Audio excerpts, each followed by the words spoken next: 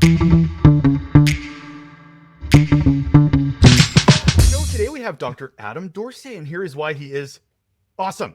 He's a licensed psychologist, keynote speaker, two-time TEDx speaker, certified executive coach, a resiliency expert who's created company programs for organizations like Facebook and DigitalOcean. He's a fellow podcaster hosting the Share Care award-winning psychology podcast called Super Psyched, and he's an award-winning author. He's got a new book, Super Psyched, Unleash the Power of the 4 Types of Connection and Live the Life You Love. The man also loves alliteration, apparently, and he's here. Hello, Adam. Russell, it's great to be with you, man. And I got to tell you, you are amazing. What a voice, and one of the best intros I've heard. Very kind, sir. I'll try to keep the questions not too hard hitting. You've sucked up the perfect amount, so I appreciate that immensely. I trust. Before we get into this really interesting topic of leadership, loneliness, and connection, I have to ask the question I ask all my guests, Adam, which is, what is your best or worst employee experience? Well, here's a funny one for you. I had a boss who I referred to as not my mentor, but my tormentor. It's rather funny to add that his successor was literally my mentor, but this guy was my mentor.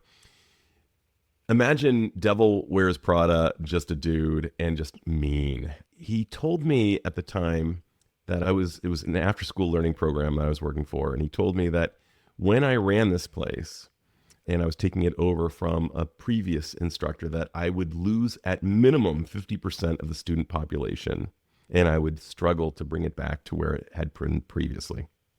Okay. Well, not only did I not lose a single student, but I actually brought it up by 17. I brought it up by about 60%. And the only thing he could say, and it was very instructive to me, was, Adam, you didn't perform as poorly as I imagined. That was maybe the kindest thing he said to me during our time together. So from that, I learned and I studied a lot about positive psychology and how we really do better when we are properly shepherded. So immediately his successor takes over and props me up and gives me a sense of who I could be. And with the former boss, I was constantly playing defense and not taking any risks. And with my mentor, who was a fellow by the name of Martin, who I just think about every day, he allowed me to take chances. He allowed me to be more of a Steph Curry, so to speak. He allowed me to take shots and miss and know that the next shot I took, maybe I'd hit it. And so I think about Martin, who was legitimately the best boss I ever had. And I miss him every day. He sadly has passed. And I write about him extensively in my book, and I think about him all the time. Not a single day goes by that I don't think about Martin, but it just really speaks to the power of words. The notion of sticks and stones may break my bones, but, names or words will never hurt me. That's not true. Words can really heal. Words can really harm. And I had 2 bosses, one after the other, who showed me firsthand what could happen if I was under the tutelage of somebody truly great. Do you think, I always try to think leaders aren't trying to be horrible, even when they are. Like, was his approach trying to be like ass backwards motivation? Was it that, I don't think you'll reach this, so I'm going to give him the opposite and try to motivate him to prove me wrong? Was that his thinking? I never sat him on the couch because that would have been inappropriate for a whole host of reasons. But here's the thing. It's my contention that he came upon this honestly. He was not a bad person. He was very misguided, as so many are. And he believed kind of the idea of don't give him an inch, he'll ask for a mile, and feed him crumbs and maybe you'll get a whole bunch of good stuff. I believe that was what he believed. Martin, on the other hand, really believed in he was, if you're familiar, I don't know if Johnny Appleseed made his way to Canada, but he was a guy okay, cool. He was more of a Johnny Appleseed. He was a guy who just said, let's spread good stuff and more good stuff will happen. And Martin acted as a template for, it was really funny. Martin, you and I were talking offline about Conan and Norm Macdonald, and David Letterman had famously a top 10 list. And Martin sat us down and said, listen, tomorrow we will be meeting and I'm going to give you my top 10 list of the things I expect from the people who report from me. And I want to see your top 10 list of the things you expect from your boss. Beautiful. Whoa, totally mind blowing. And I was really a little kind of tentative as I was writing out my top 10 list because I didn't want to say something that might ruffle his feathers. But Martin was the kind of guy who was so strong in every which way that he did not have a fragile ego. He really believed in his people. He led with trust. He saw people for their strengths. He didn't expect somebody who was strong with analytics, but poor with people to become great with people. He would really just say, you know what, we're going to keep you as the Spock on the starship. And for the person who was really good with people, well, we're going to we'll grow you where you're strong. I love that. Love that. Because unfortunately, that's an anomaly, not the regular sort of life we live in the leadership ecosystem. But we're working to change that, Adam. This is why we do what we do. So let's talk about. 100%. I'm trying to be positive. Look at me, still 100%, Russell. And just to go where you were kind of beginning to go is, there's no question in my mind that I'm better for having both experiences. Yeah. And so I'm grateful for both. I can't say I was grateful in the moment that I was working for the other guy, but I learned a ton, and I'm all the more grateful for having had Martin, because I learned 5x or more. Let's say 100x or more what I learned from the other guy, but I definitely learned from the other guy. Well, I think there's a few things we can take from Martin, from your demonstration of that. And I think one of the things is what we're going to talk about today, which is really connection and avoiding leadership loneliness. Good point. We get into these positions, we are put in leadership positions a lot of the time because, to the point we've been talking about, ill-prepared, untrained, feeling like we're an other when we have to take over a team. There's a lot of challenges that new leaders have to deal with.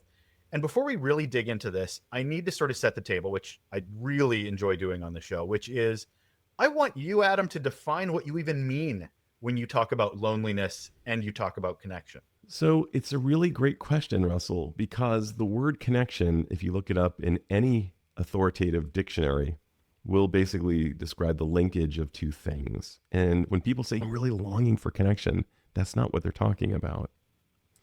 So part of my job when I wrote this book on connection, and it was the byproduct of the fact that so many people on my podcast and virtually everyone in my office kept talking about this word, this nebulous term called connection, which the opposite of which, disconnection, is described extensively in the Diagnostic and Statistical Manual, which is our Bible for diagnoses in mental health.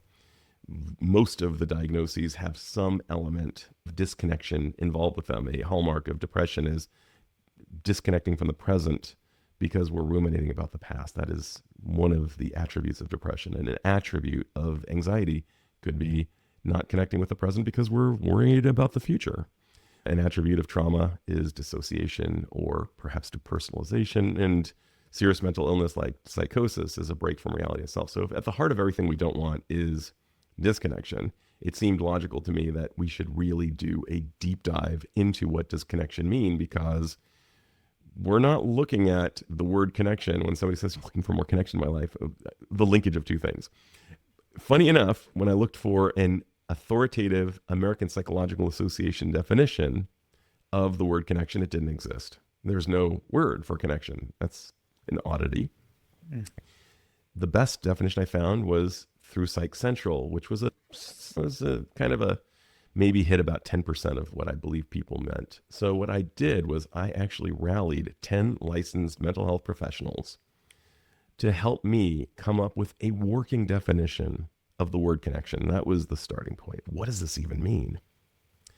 And how could it be a salve against loneliness? And what is loneliness in and of itself?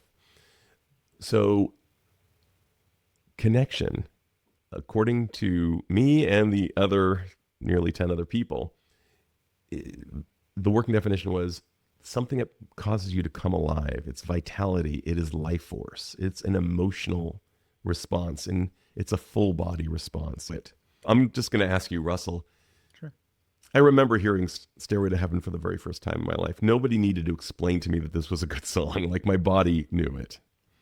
Can you think of a time that you really came alive? It could have been Music could have been going to a place, could have been meeting a person, seeing a live performance. What's something that really brought you alive? Well, funny, Adam, because I mean, the minute you thought of Stairway to Heaven, I'm like, I was a sock hop in grade 11 or something or other. I can't believe I said the word sock hop. Sock hop. Um, Wow. it was like this is really making me very Canadian. Much Music Dance Party was a big thing back in high school where these touring DJs would do this music. But you hit that right song and you're like at a concert or something and you're just like, yes, like you come alive because you feel that connection, for lack of a better term, because it hits back to a memory or it's hitting that rhythm that certain tempos of songs hit that make you feel something. There's a science to that, as much better than I do. So I think for me, maybe I'm not picking one thing, but I am, because you brought up music. That's where my brain's going right now. I completely get that feeling right now. Life force. So Yeah. in that moment, I'm guessing you felt almost like in some ways connected to the force, connected to the planet, connected to the universe. And one of the things that happens is we are born alone. And according to most thinkers, we die alone. And we can go through life feeling very much alone. And it doesn't matter if you're in the most populated place in the world. You can be in Tokyo and still feel very lonely. People might say, well, you're surrounded by people. Well, being surrounded by people does not necessarily mean that you feel a connection. You could be in a relationship with a gorgeous individual and still feel very much alone because you don't feel attuned to in any way, shape, or form. Or just so clearly the presence of another is not sufficient. Now, paradoxically, you might also be able to describe a time that you were out in nature, walking alone, and somehow felt connected in the midst of solitude. Now, I want to contradict loneliness from solitude. Solitude is something we choose.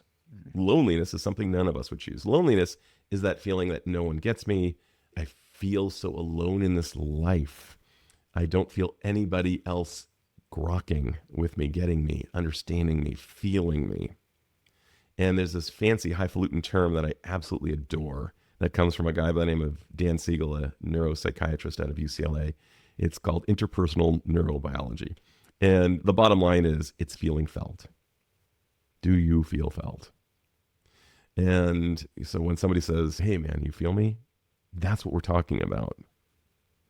Do you feel felt? And when you're in the company of somebody, you could feel very much alone if you don't feel felt.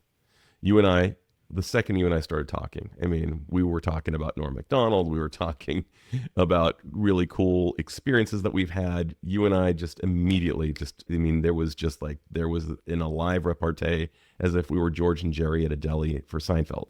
It was amazing. And that's not a guarantee. You're not going to feel that with everybody you talk to. But that is what we mean by connection. And its opposite is definitely feeling disconnected or lonely. And one of the things we know about loneliness, by the way, is it's no joke. England has hired a health minister who is the minister of loneliness, trying to help people realize how they could feel more connected. Our own Surgeon General from the last administration, who I loved very much, his name was Vivek Murthy.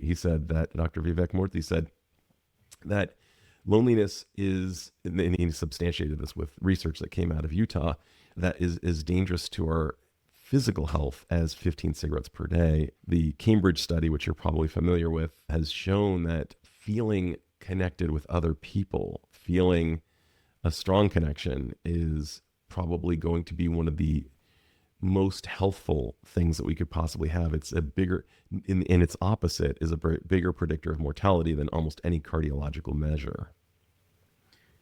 How have you seen it pervasive in the workplace? Because, I mean, you've gone into organizations and certainly helped them with their challenges. So what are we trying to fix here?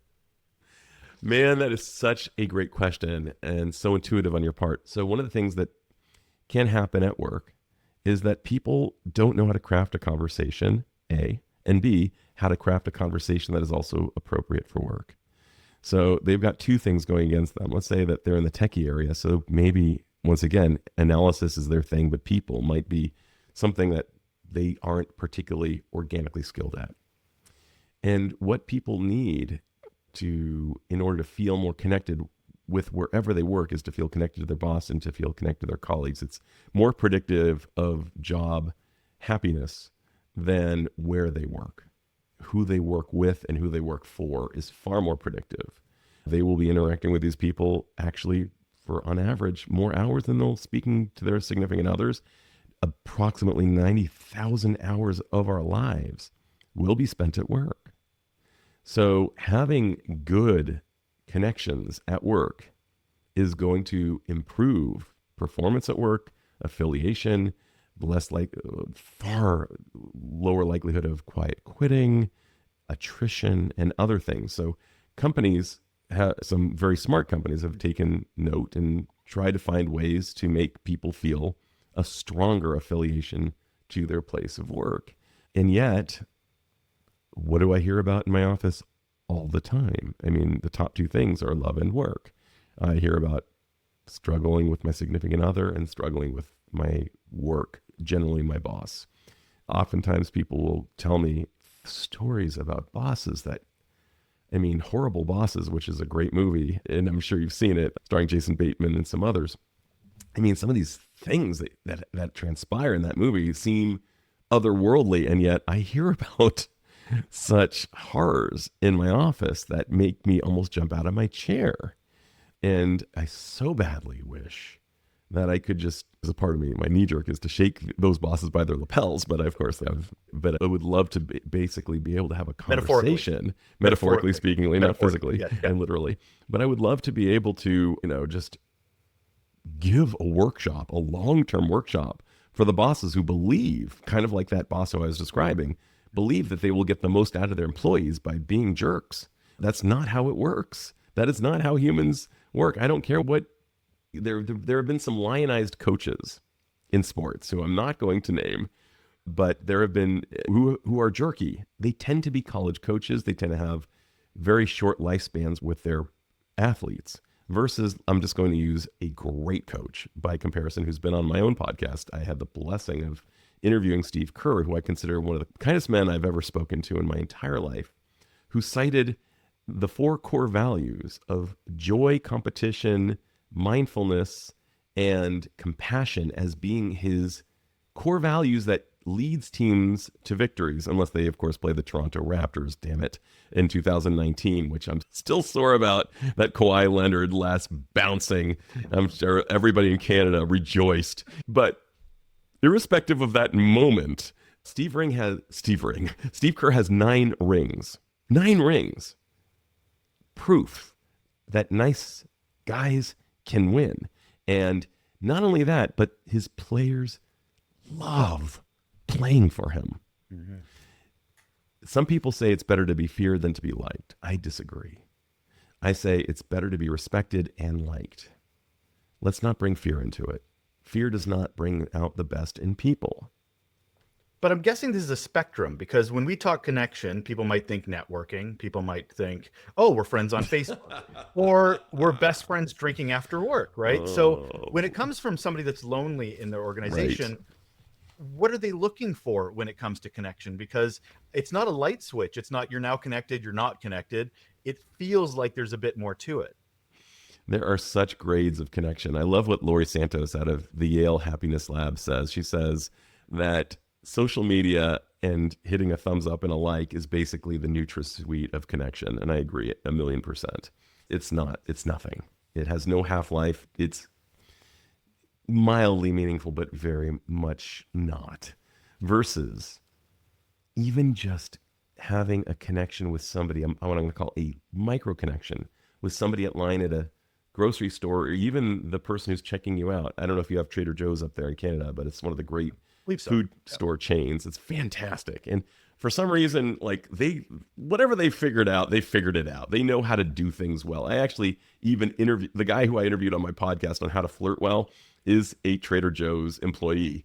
And having a micro connection, even with the person who's checking you out, can have a half-life far greater than a like on a social media.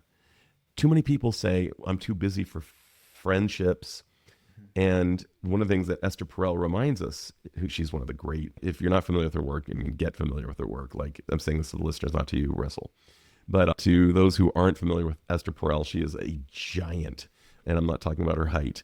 I'm talking about her intellectual prowess and her contribution to our knowledge of what relationships are. She says that it wasn't very long ago that we used to live in villages.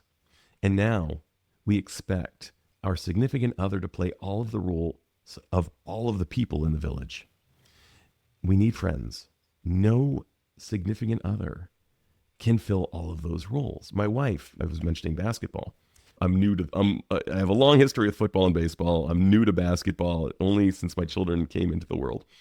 And it's absolutely by far my favorite sport now. Like, just there's nothing I would rather watch. I hold Chase Center as like a temple. But my wife isn't going to watch it with me. And I wouldn't want her to watch it with me because she won't care. And you can feel. I'm sure you've sat with somebody who was just super not into something you were super into. Happens to movies all the time. Exactly. And you can feel it. You can feel it. And my father is a super opera fan. Like, part of his connection, I call it a connection formula. Part of his connection formula is going to long, long operas. I can totally do a 2 or 3 hour opera, no problem, and enjoy it. But put me in a 6 hour Wagnerian opera, and it's going to be a very expensive place for me to sleep. And my father probably wouldn't want to drag me there. He'd be far better dragging or bringing joyfully somebody who's into that kind of thing. So I want to have a great marriage, and I do. I'm 23 years in, and I still feel like in my first week of dating her. She's a needle in a haystack. I don't know how I found her. Every day with her, she knows how much I adore her. I do believe that what we appreciates, and she is just sparkling. I absolutely adore her. And I'm not going to watch basketball with her, nor will I watch Lord of the Rings with her. She does not like Lord of the Rings. I adore Lord of the Rings. I need other people to do things with in my life, and thankfully I have those people. Similarly, she would not take me to an improv dance workshop. I would want to stay in the car in fetal position the entire time. And that would be far better than probably doing an improv dance workshop. At some point, I hope to grow into that. But she's also into all day bluegrass music festivals. I can do 2 hours of that. But all day out in the cold, no thanks. So she has friends for that too. So we both have friends. And it really is key to our marriage that we know the things that we're going to be really into. We're going to the Sphere next month to see Dead and Company, and we're both going to be just absolutely out of our minds stoked to be there. We have our things that we do together that are just phenomenal. I think it's important to recognize the connection is something we can have outside of work to bring into work, but it also shows as a contrast too of, well, I can have amazing connection outside of work, but I can't seem to have connection inside of work. So it can also be a measuring stick of what you're not doing or not getting versus what you are getting. So I want to turn back to something you talk about in your book, which is really, and it's something I talk about a lot on the show, which is around the relationship with self. And you mentioned about self-connection being super, super important, and that maybe the lack of self-connection could contribute to loneliness. Is that true? Can you imagine how bad it feels if you don't know who you are or what you're feeling? There is a term, another highfalutin term in psychology called alexithymia, and I'll break it down so you can say it at your next Dinner cocktail party. You got it. Sure. So alexithymia, the absence of lexi, words, thymia, feeling, the inability to put our feelings into words. This is something that many of us experience. I know I'm feeling something, but I don't know what it is, and I just know it doesn't feel good. And that is a form of loneliness from ourself. Why do we end up in perhaps less than optimal relationships? Well, because we don't know who we are. We don't know what we're looking for. I said that at the nucleus of connection, and I consider it kind of almost like, if you can imagine an archery target with 4 circles, how we connect with ourselves is the bullseye. It is the connection that informs all the other connections. It's not self-absorbed to need to know who you are and to connect with yourself any more than it would be to say, you know what, before I go on that long bike ride, I need to go to the bathroom. I need to go pee before I go on that 50-mile ride. What happens 10 miles into the ride when all you're going to be thinking about is needing to go pee? You need to take care of yourself first. As stupid as that sounds and as base as that sounds, but we need to take care of ourselves first before we take care of the other connections. And the 4th realm is connecting with something greater. Now, connecting with something greater to the religious folk means connecting with their religion. But even an Orthodox atheist would acknowledge that if they are in a beautiful space, they will feel awe. They might see the sunset. They might see a beautiful tree. They might be someplace like Banff at Lake Louise. You can tell I'm making this very Canada-centric because I absolutely adore your country and have spent time there. Some people might prefer a very different look, but you're probably going to experience some modicum of awe. Let's throw out a bunch of different looking places. Stonehenge, Grand Canyon, the Caribbean. There are just a whole bunch of places that are awe-inspiring. What we know about awe, by the way, which is the fourth layer that's kind of connecting to something greater, even the most hardcore, ardent or atheist will feel that experience. The cool thing about awe, which has been put under the microscope, I get really geeky around this, is that awe actually makes us into better people. We are far more pro-social. We're less likely to be self-absorbed. If you put somebody into a neuroimaging situation, like some type of a brain scan, while they're experiencing awe, the same receptors in the brain light up when we have psilocybin in our systems, which is the psychoactive chemical in magic mushrooms. So you don't need to take any illegal substances that could be dangerous in order to feel that feeling of pro-social awe. And I say pro-social awe because awe does make us far more social. But we don't always start from the same place, Adam. So what I'm thinking is, I hear what you're talking about, the four areas to focus on. Totally get that. But there are a lot of people that might need to do some work on themselves to be open to those kind of connections. Past trauma can certainly inform them. Diversity, where they were raised. How do we make it personal to us based on our own struggles and challenges to even be ready to be able to connect? We are all in our own starting place. Inasmuch as a marathon runner and let's say I was training for a marathon, I would not be in the same place as a seasoned marathon runner. I'd need to start where I was. And I wouldn't want to look at the person next to me and compare myself to them. I'd want to say, where am I today? And where do I hope to be tomorrow? And where was I yesterday? So some of us we all come in with varying baselines. We all come in with varying individual differences. In as much as we have similarities between humans, all 8 billion of us are very different. All of us have subjective realities. Can't understand how somebody wouldn't like chocolate, but there are people on this planet who thinks chocolate is disgusting. To me, it's unfathomable. And yet, I need to recognize that is also a truth. But to your point, some of us come in with neuro differences. Some of us come in with traumas and various diagnoses that may hinder our abilities to connect. That doesn't mean that we don't want to connect. Mm-hmm. It just might mean that our formula for connection at this given time might be different. So go to a dance party. Some people are just rocking out. Just the music couldn't be loud enough. They couldn't be having a more full body experience. Other people are saying, I hate this music. Other people are saying, it's too loud. Other people are saying, I want to be here with all of these people, but I want to wear headphones. And so some people who have kind of STEM related issues might want to be wearing headphones, but still might want to be there. Some people might say, no, my God, I'm an introvert. Being around all of these people is terrifying. I'm about to have a panic attack.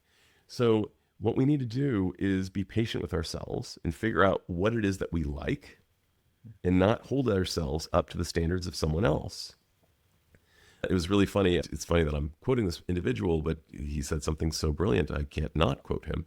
But Rob Lowe said to his son as he was dropping him off in college, I believe this is not apocryphal, I believe this is what he said, don't judge your insides by someone else's outside.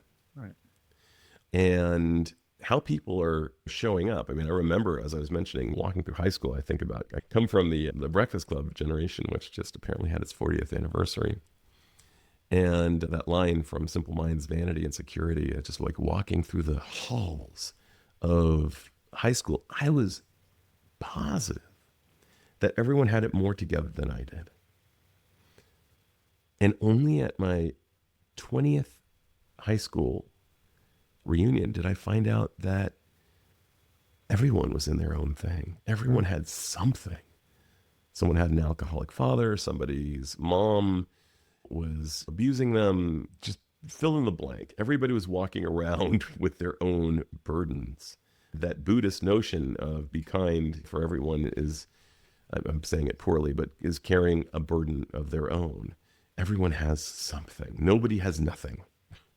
And we tend to imagine that we are the only ones, and we feel shame as a result. And I'm so grateful to people like Kristen Neff and Christopher Germer who are promoting awareness around what is one of the selves, and that is self-compassion. Self-compassion, which is talking to ourselves like fostering an inner Ted Lasso voice. Turns out like saying, hey buddy, to yourself, you're struggling right now, you got this, hang in there. Or do you need a little time out? What do you need, a little break? And there are 3 basic roads. And of course, there are entire weekend workshops devoted to what I'm going to just say very quickly. But speaking to yourself the way a friend would speak to you. We need to cultivate that voice. That was what Martin did so well as my boss. Recognizing that all of us are struggling, that life brings with it some form of pain to everyone. And that we're not alone in this. We're part of the human experience. And the third way is being mindful, which sounds really woo, but it's basically being aware of what's going on while it's going on, not making it bigger or smaller than it is. Just saying, okay, wow, yeah, I'm noticing that I'm feeling a little bit anxious here as I go to this rave. Do I want to go? And what is this anxiety telling me? In some cases, it means I'm about to have a panic attack, I shouldn't go. In some cases, it means I need to still push through and go beyond the anxiety and expose myself to this thing. So it's highly variable, but the important thing is that we respect ourselves as we go through our attempts to connect. But connection involves more than one person. And so that's why I'm transitioning from understanding, we're doing the work. We're absolutely doing the work, and we're understanding us. We're understanding and defining what connection means to us based on numerous things you've mentioned here. But we're also talking about vulnerability and authenticity. You talk about that quite a bit in your book. I can think of some leaders that the minute we start going down that path, they'll be like, but I'll lose credibility in the workplace if I'm too vulnerable, if I'm too heart-centric, too authentic, I guess, I'll bring my full self. So I have to bring that barrier. What do you say to somebody that's looking for connection, but it also is trying to be not too familiar, not too friendly with making it look unprofessional? So I would say that actually connection does not necessarily involve 2 people. As I was saying before, it really can involve just us talking to us. Right. And that really informs all of the others. There's this great internal family systems couple therapist who came up with a concept called intimacy from the inside out. And her basic premise, and she's been on my podcast, she's featured in my book, and she's fabulous. She talks about the idea that we can only be as kind to the other as we are kind to ourselves. So I would actually say really solidifying a relationship with ourselves before we get out there. That's one of the reasons why in Major League Baseball, one of the things, and I've never seen the stats on this, but if every home team player who's about to show up at bat uses this, it must work. But everybody has a different walk-on song. So the leadoff hitter shows up and he's playing a country western song. The next guy shows up with reggaeton. The next guy kind of shows up with hip hop. And then the fourth guy shows up with some kind of classic rock. Each of them needs to have their soundtrack. And I'm using this as a metaphor and an external reality. Each of us needs to walk through life with the soundtrack that matters to us and brings out our best before we start talking to other people at work. So when we wake up in the morning, each of us has a different suiting up routine. I've had different songs for my pump up songs, but right now I'm kind of really vibing to Lil Nas X and Industry Baby. I just love that song. It just gets me pumped. But I don't doubt that there will be another song that shows up for me pretty soon because I love music so much. But each of us needs to do that before. And then when each of us has different levels of comfort with how much self-disclosure we engage in at work, I've made a decision. I was trained in the psychoanalytic tradition initially to not self-disclose anything. And I was working with some gang-affiliated youth. And I remember I came to a cross in the roads and it was like, There was a moment where one of the guys said something so incredibly funny, and I could give the tabula rasa, I could give kind of the still face, or I could be real.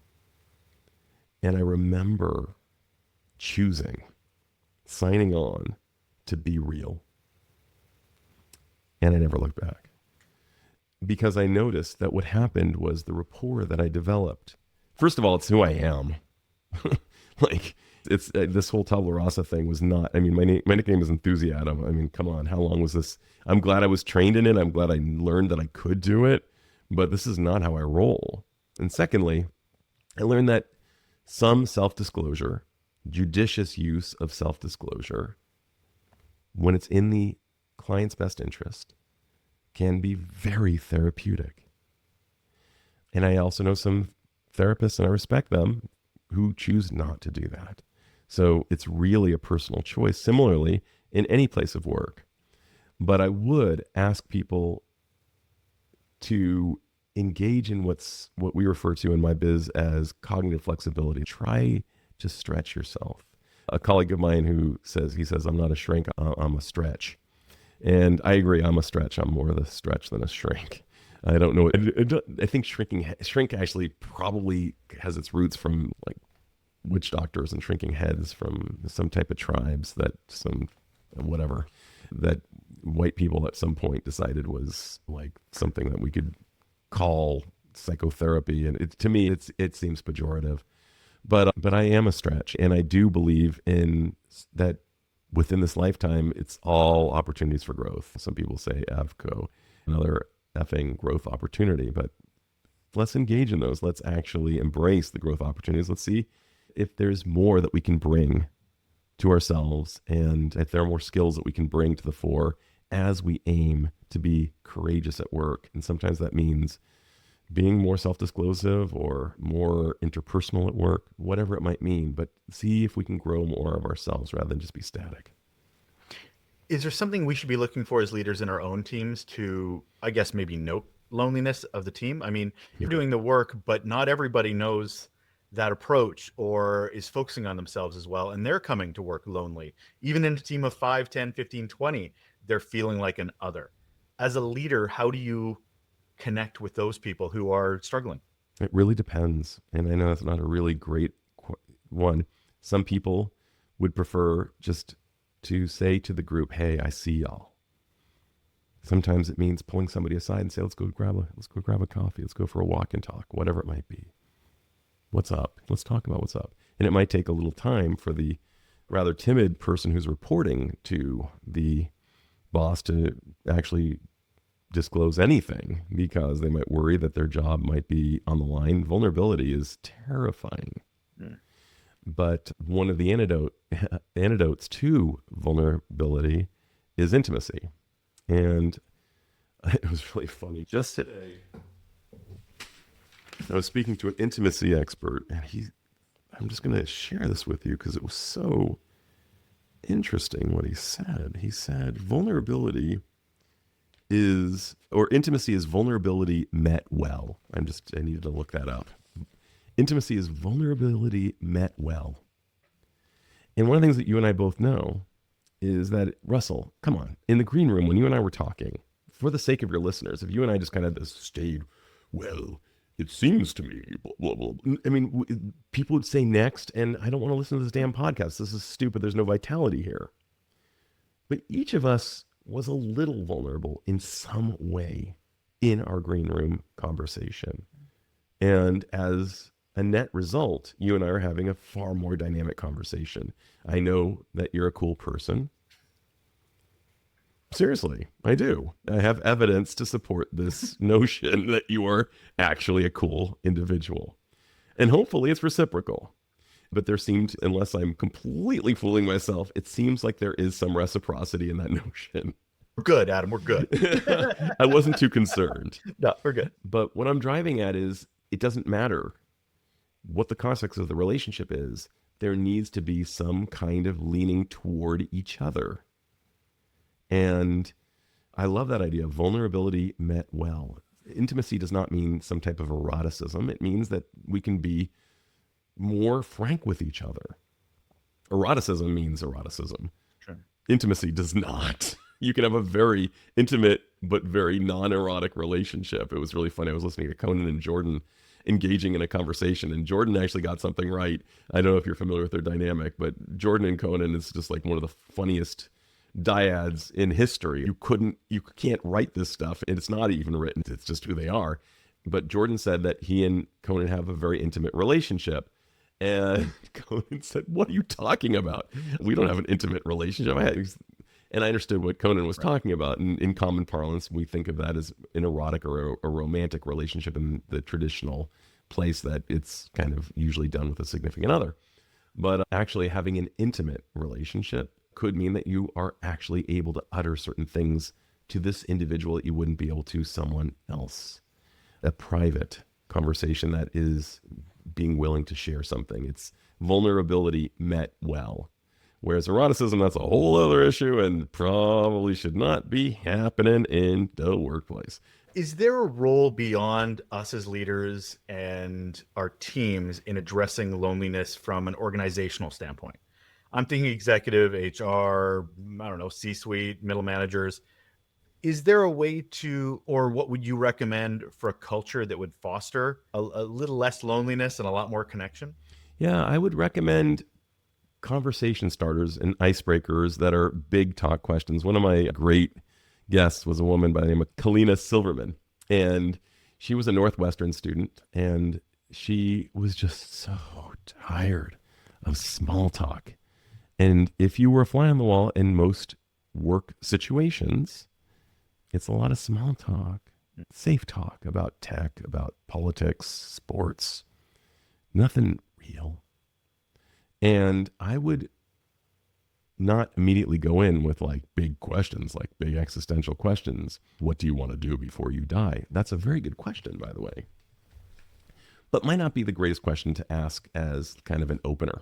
You'd probably want to build up to that, but there are ways to titrate your questions so that they begin to increase in intensity over time so that you can go beyond. I have no problem about talking about tech. I have no problem talking about sports. As you can tell, I love talking about sports and I love talking about tech, and I don't love talking about politics too much, but that's just me, although I know some people who just love it. But I don't think that people necessarily become much closer as a result of doing those things. But talking about things we really love, talking about like when you and I talked about having an experience that caused us to come alive. Those are the types of things I would want to talk about. Someone brilliant once said, it would be my recommendation that people find ways to increase the levels of aliveness in their questions. We all have to start somewhere. Hey, where are you from? What brought you to town? I was just out of town and had that type of conversation with people. And in some cases it built, in some cases it didn't. It's almost dogs meeting each other at the park and sniffing each other out. And you got to start with the small questions. But eventually, if there's a there, we're going to want to engage in that vulnerability met well. Let's talk about something a little bit bigger. Again, it's a step-by-step approach. It's not usually done in a massive leap. Tell me all of your long-lost secrets. Like that would be a terrible thing to ask in a work environment. So let's wrap it up with the last question. I kind of want to know is so say I'm a leader and I'm feeling lonely, or I'm seeing other people that are lonely. What do you feel are the first or any baby steps to start that process for ourselves or for others to start going down that path of building connection? What would you recommend somebody to even just start tomorrow if they didn't know where to? One of the things that can be really useful, especially given that some people are more introverted on the spectrum and others are more extroverted. Introverts need time to think. I'm so grateful to Susan Cain, who's really brought so much of the intelligence towards how to support introverts. In the United States, extroversion seems to weigh more than introversion, but in certain countries like Japan, where I formerly lived, introversion is king. Certainly Scandinavian countries and other places as well. But introverts need time to think about what they will share. So one thing that a leader might do is say, we're going to be meeting next week. Nobody, you can pass on answering this question, but here's a question that I want you guys to think about. tell us about a time in nature. I'm not making this one up. Tell us about a time in nature where you just were having a blast. That's a pretty easy one to answer. It's not super self-disclosing. Could be a very short answer. It could be somebody says, I was out in the redwoods and it was beautiful and I heard the sounds of birds. Someone else might say something really way more intense. I've just been to a funeral and being out in nature really caused me to feel more alive and recognize the preciousness of life. But we're far more likely to feel connected to each other if we have more data than just what the other people are wearing and the limited information that's being imparted. I mean, that's part of one of the reasons why, some people, have tattoos for very personal reasons and don't want to be asked about them. But I think that many people, when they get tattoos, want those tattoos, especially if they're visible while wearing clothing, say on someone's fingers. And some people may want them to be seen. And whenever I've been able to see someone's tattoo, by the way, in a clinical situation, I've always asked, hey, I see the tattoo. What does it mean to you? And they never once has anyone ever said decline. They've always wanted to share, whether it was a mistake. Oh, I really regret having gotten this tattoo versus this tattoo means the world to me and it informs so many of my decisions. And but having more data about each other that will not be used against the other person, but is only used to connect and to feel more affiliated. Well, that's a good thing. And it's not guaranteed, of course. Once it's out there, it could be used against the person. But I'm going to stick with what I learned this morning, and that is vulnerability met well. That is Dr. Adam Dorsay. He is a licensed psychologist, keynote speaker, 2-time TEDx speaker, executive coach, and he's got himself a new book, Super Psyched, Unleash the Power of the 4 Types of Connections and Live the Life You Love. Thank you so much for being here, Adam. Russell, it was a blast.